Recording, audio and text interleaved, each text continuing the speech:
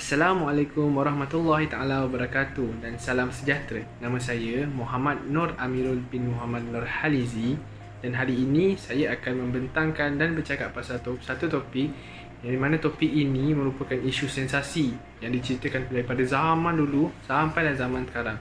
Kata orang tak lapuk di zaman, iaitu konsep ketuhanan dan sifat kewujudannya menurut pandangan seorang tokoh ulama Islam iaitu Imam Al-Ghazali. Mungkin ada yang tertanya-tanya, siapa Imam Al-Ghazali ni?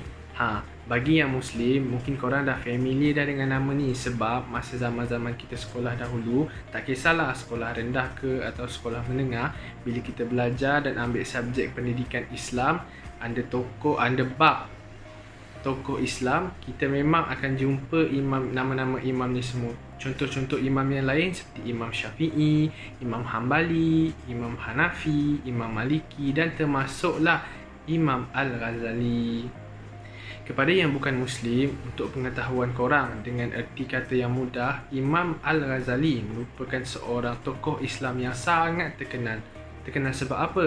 Sebab beliau merupakan seorang pendakwah yang telah berjuang menyebarkan ajaran agama Islam pada zaman dia masih hidup. Ketika menyebarkan ajaran agama Islam, dikatakan Imam Al-Ghazali juga mencapai kegemilangan dan akibat dari penyebaran itu, Imam Ghazali meraih ramai pengikut dan ramai anak murid yang ingin berguru dengan beliau. Mari kita kenali Imam Al-Ghazali ini dengan lebih dalam lagi. Nama sebenar beliau ialah Abu Ahmad Muhammad bin Muhammad bin Ahmad Al-Ghazali. Beliau telah dilahirkan pada 450 Hijrah yang bersamaan dengan 1508 Masih di At-Tabiran atau Ghazalah di bandar Tus, Khorasan, Iran.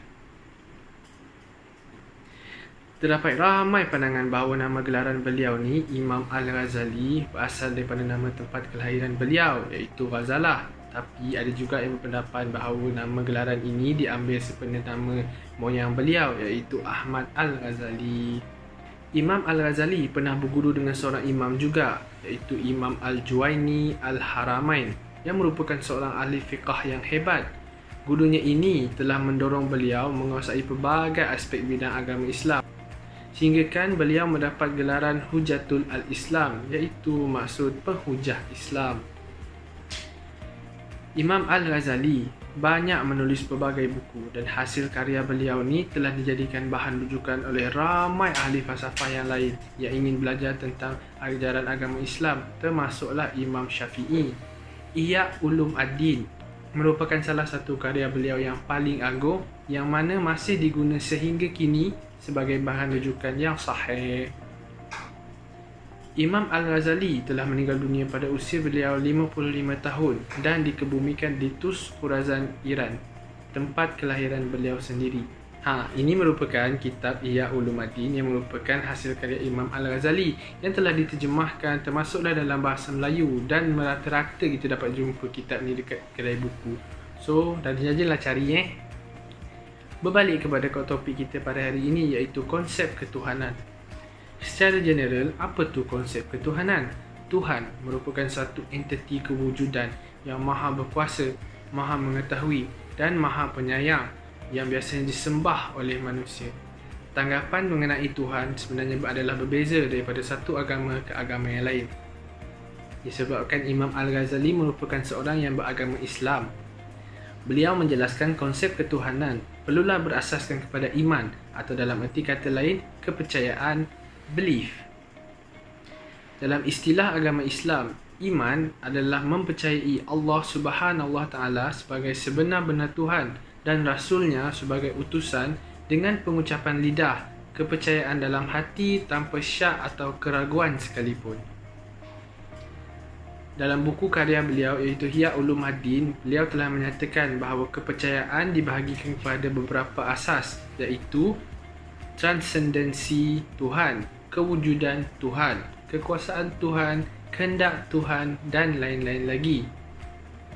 Menurut Imam Al-Ghazali, kepercayaan terhadap semua asas ini mampu untuk mendorong manusia untuk lebih memahami konsep ketuhanan yang sebenar. Di dalam buku karya beliau juga, beliau telah menyenaraikan bukti kepercayaan iaitu proof of belief yang dibahagikan kepada 4 rukun iman, pillar of faith. First pillar iaitu rukun iman yang pertama, iaitu kita kena percaya bahawa Tuhan itu wujud, bersifat kekal, tanpa ciri fizikal atau metafizik, dan hanya satu, tanpa pasangan. Second pillar iaitu rukun iman yang kedua, kita kena percaya bahawa Tuhan itu maha mengetahui, maha besar, maha agung dan maha segala-galanya. Third pillar of faith iaitu rukun iman yang ketiga, kita kena percaya bahawa Tuhan yang mencipta melakukan segala tindakan yang berdasarkan kehendaknya. Dan rukun iman yang terakhir iaitu fourth pillar, kita harus percaya bahawa wujudnya hari kebangkitan iaitu hari kiamat, syurga dan neraka, siksa kubur dan lain-lain lagi. Cara beliau membuktikan konsep kepercayaan terhadap Tuhan ni bukanlah ikut suka sahaja, namun beliau merupakan seorang yang cerdik pandai dengan mentafsir dan merujuk kitab ajaran Islam iaitu kalam Allah atau kata-kata Allah iaitu kitab suci Al-Quranul Karim. Orang Islam percaya bahawa kitab ini merupakan kata-kata Allah sendiri yang Allah turunkan kepada utusannya untuk disampaikan hakikat kebenaran tentang Dia sebagai Tuhan yang sebenar kepada umat manusia. Maka Imam Al-Ghazali percaya jika seseorang ingin belajar atau mengenali Tuhan, maka belajarlah melalui Al-Quran kerana ia mempunyai jalan cerita ataupun penjelasan yang terang dan lengkap. Menurut Imam Al-Ghazali, tiada kitab yang selengkap Al-Quran kerana Al-Quran merupakan satu kitab yang telah menceritakan segala-gala kemusykilan yang ingin kita cari. Imam Al-Ghazali menghujahkan lagi pandangan beliau dengan mengatakan bahawa penggunaan akal sahaja tidak cukup untuk memikirkan tentang hakikat kebenaran kerana ianya harus disertakan dengan sumber ilmu yang sahih. Kenapa Imam Al-Ghazali cakap macam tu? Sebab akal makhluk ni mempunyai batas yang tertentu. Lagi-lagi ingin berbicarakan tentang Tuhan, di mana Tuhan ini merupakan satu kuasa yang sangat tinggi yang sememangnya akan melangkaui pemikiran kita sebagai seorang makhluk.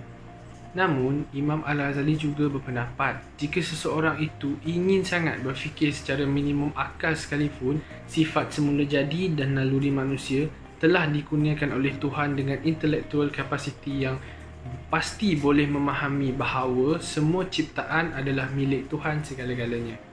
Imam Al-Ghazali tidak berhujah tanpa rujukan dan sumber. Beliau berhujah berlandaskan kepada sesuatu, maka beliau mengambil dalil-dalil atau ayat-ayat yang terkandung dalam Al-Quran. Ayat-ayat yang diambil dalam Al-Quran adalah ayat-ayat yang berkaitan dengan menjawab persoalan tertentu seperti mana konsep ketuhanan ini. Ayat yang dipetik oleh beliau adalah seperti contoh surah Al-Baqarah ayat 164, di mana dalam surah ini Tuhan telah menciptakan tentang kejadian langit dan bumi, pertukaran siang dan malam, air hujan yang turun dari langit, dengan hidupnya tumbuh-tumbuhan dan pembiakan jenis binatang. Daripada ayat ini, tafsirannya kita dapat mengetahui bahawa Tuhan itu wujud. Buktinya dengan kekuasaan dan kebijaksanaan Tuhan sebagai sang pencipta. Kesimpulannya, Imam Al-Ghazali memberikan pandangan beliau terhadap konsep ketuhanan dengan berhujah berteraskan kepada sesuatu ilmu yang kukuh dan hakiki, iaitu Al-Quran, di mana ayat Al-Quran telah dipetik sebagai dalil dan nas kerana dikatakan orang Islam percaya bahawa Al-Quran ini merupakan wahyu yang telah diturunkan oleh Tuhan kepada umatnya. Imam Al-Ghazali juga memberikan pandangan beliau dengan membuat kajian tentang sejarah dan ilmu-ilmu yang terdahulu. Ini hendaklah digabungkan dengan pemikiran yang ketiga, barulah kita baru dapat jawapan. Oleh itu, ramai ahli falsafah dan para ilmuwan yang menjadikan Imam Al-Ghazali ini sebagai inspirasi kerana kecekapan beliau, cerdik pandai beliau dalam berhujah demi menerangkan sesuatu isu.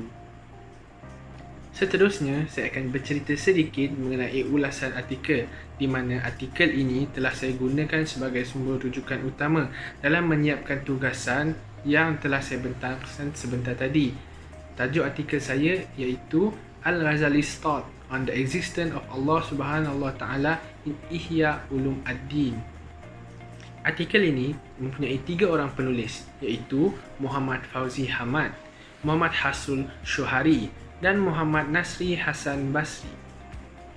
Artikel ini ialah kertas kerja yang merupakan satu kajian kolektif yang ditulis oleh ketiga-tiga penulis yang telah saya sebutkan nama tadi, di mana masing-masing merupakan pensyarah di institusi pengajian tinggi di Malaysia yang berlatar belakangkan dengan Fakulti Akademik Pengajian Islam. Artikel ini bertujuan untuk menganalisa karya Imam Al-Ghazali iaitu Ihya Ulum Ad-Din dalam aspek yang tertentu dalam menjelaskan sesuatu dengan cara yang efektif.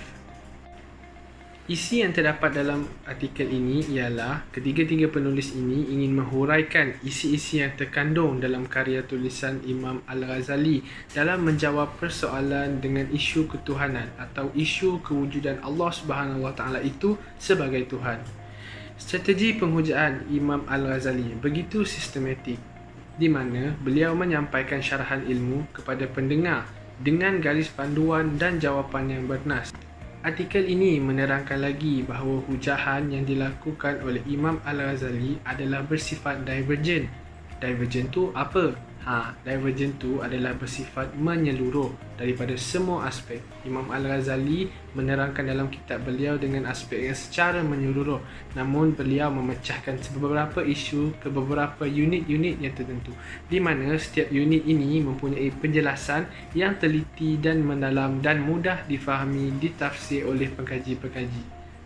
Seperti yang saya katakan pada mula-mula tadi, isu ketahanan ini bukanlah satu isu yang baru. Isu ini telah lama dikatakan, sentiasa menjadi bahan perbincangan, perdebatan, malah bahan pergaduhan di antara ahli-ahli falsafah dan pengkaji. Sebab apa? Berbeza-beza pandangan, so tak puas hatilah kot saya rasa.